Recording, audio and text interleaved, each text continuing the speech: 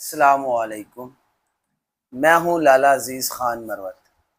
آج ہم ایک نہایت اہم سوال پر بات کریں گے۔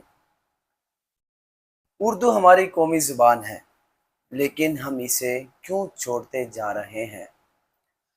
ہم سب جانتے ہیں کہ پاکستان کی دفعہ 251 یہ کہتی ہے اردو پاکستان کی قومی زبان ہے، اور حکومت پابند ہے کہ اسے ہر شعبے میں رائج کرے۔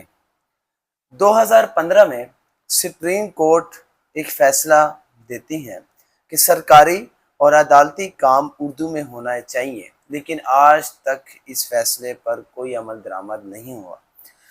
آج 2025 ہے، لیکن یہ فیصلہ آج تک عملی طور پر نافذ نہیں ہو سکا۔ اسکولوں میں اردو کا مقام کمزور ہے۔ دفاتر میں انگریزی بولنے والے کو پڑھا لکھا سمجھا جاتا ہے۔ خالی دفاتر کا معاملہ یہ نہیں ہے، عام پبلک میں، سوسائٹیز میں انگریزی بولنے والے کو پڑھا لکھا کہا جاتا ہے، اسے ذہین کہا جاتا ہے۔ حالانکہ انگریزی پڑھے لکھے ہونے کا معیار نہیں ہے، انگریزی جسٹ ایک زبان ہے۔ دفاتر میں انگریزی بولنے والوں کو پڑھا لکھا سمجھا جاتا ہے، پارلیمنٹ میں نمائندے انگریزی میں بولتے ہیں، بل انگریزی میں پاس ہوتے ہیں۔ عام عوام کو پتہ ہی نہیں ہوتا کہ بل میں کیا لکھا ہے، جنہوں نے ان کو منتخب کیا ہوتا ہے، جنہوں نے ان کو ووٹ دیے ہوتے ہیں۔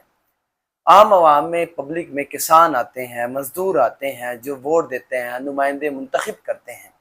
انہیں معلوم ہی نہیں ہوتا کہ ہمارے پاکستان کے آئین کیا ہے۔ 70 سال سے میرے خیال سے نہیں کسی کو معلوم ہوگا ہمارے عام آدمی کو کہ آئین پاکستان کیا ہے۔ پارلیمنٹ میں نمائندے انگریزی بولتے ہیں، بل انگلش میں پاس ہوتا ہے، عدالتوں میں فیصلے انگریزی میں ہوتے ہیں، عام آدمی سمجھ ہی نہیں پاتا۔ یہ سوال یہ ہے، یہ زبان کا معاملہ کیوں؟ خالی یہ زبان کا معاملہ ہی نہیں ہے۔ آج ہم گفتگو کا آغاز یہیں سے کریں گے، کیونکہ یہ صرف لغت کا مسئلہ نہیں ہے، یہ ہماری شناخت، ثقافت اور عام آدمی کے حقوق کا مسئلہ ہے۔ اگلی ویڈیو میں ہم اس سوال کو گہرائی سے دیکھیں گے کہ پارلیمنٹ اور عدالتیں کیوں انگریزی میں چلتی ہیں۔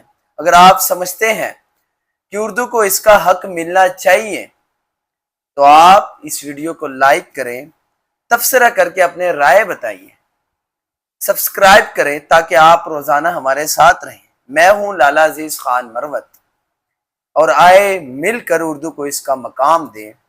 والسلام۔